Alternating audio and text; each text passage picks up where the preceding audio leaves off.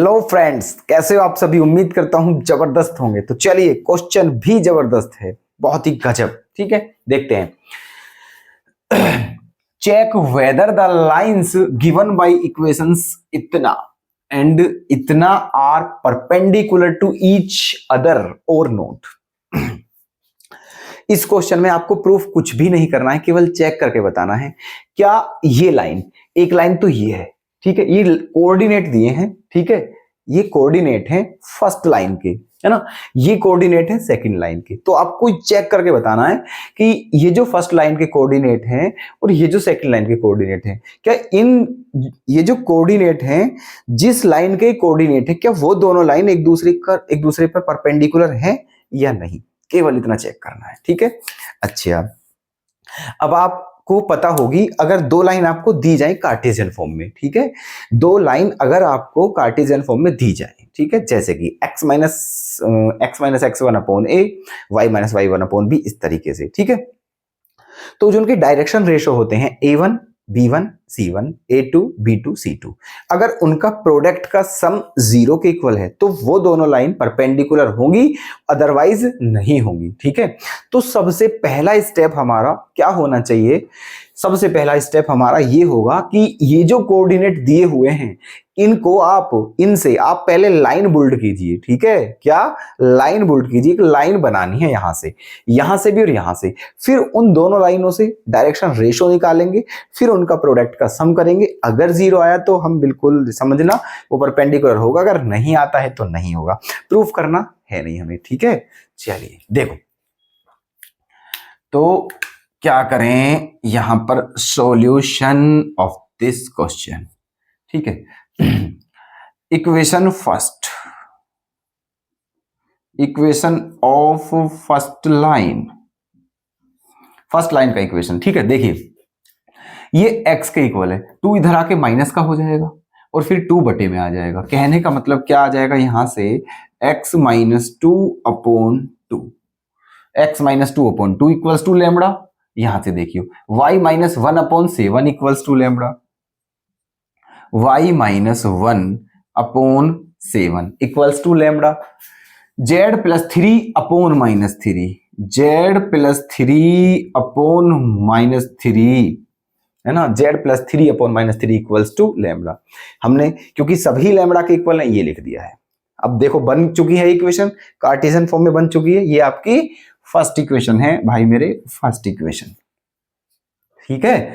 अच्छा, अब इसके डायरेक्शन रेशो क्या होंगे, है ना, direction ratio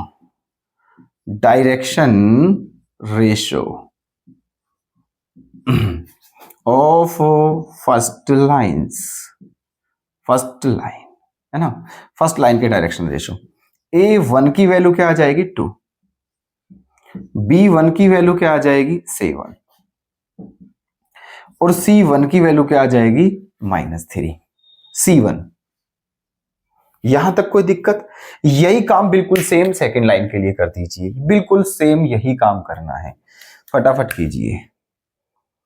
equation of second line क्या करेंगे, x plus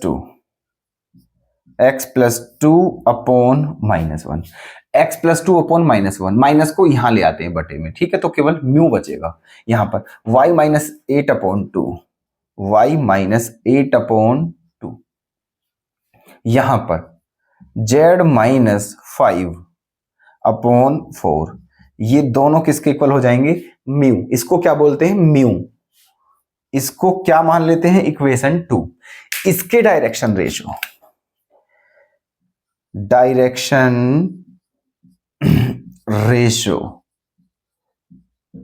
of second line, a1 की वैल्यू -1, b1 की value 2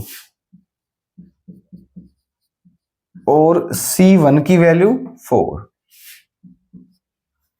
okay, a1 b1 c1 a2 b2 c2, sorry यहां 2 आएंगी, a2 b2 और c2, क्योंकि ये सेकंड लाइन के हैं, ठीक है। अब ये जो डायरेक्शन रेशो है इनके प्रोडक्ट का सम कीजिए, इनके प्रोडक्ट का सम कीजिए, है ना। अब करिए A1 A2, है ना,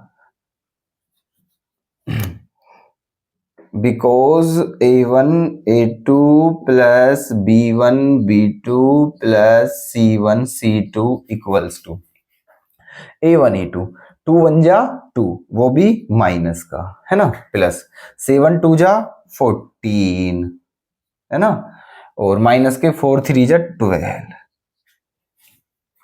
-12 और -2, -14 से +14 क्या हो जाएगा, कैंसिल, इक्वल्स टू क्या आ गया है, 0। क्योंकि जो इनके डायरेक्शन रेशो थे उसका प्रोडक्ट ही 0 है, इसलिए आप कह सकते हो कि जो फर्स्ट लाइन है वो परपेंडिकुलर होगी सेकंड लाइन के।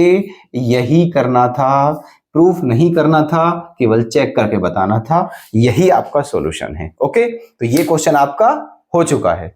बताइए दोस्तों कैसा लगा दोस्तों ये वाला क्वेश्चन, क्या गजब क्वेश्चन है, बिल्कुल मस्त सॉल्यूशन है। ओके, कल फिर से मुलाकात करते हैं ऐसे ही बेहतरीन प्रश्न के साथ। वीडियो को जरूर देखते रहें, लाइक कमेंट जरूर करते रहें दोस्तों। ओके।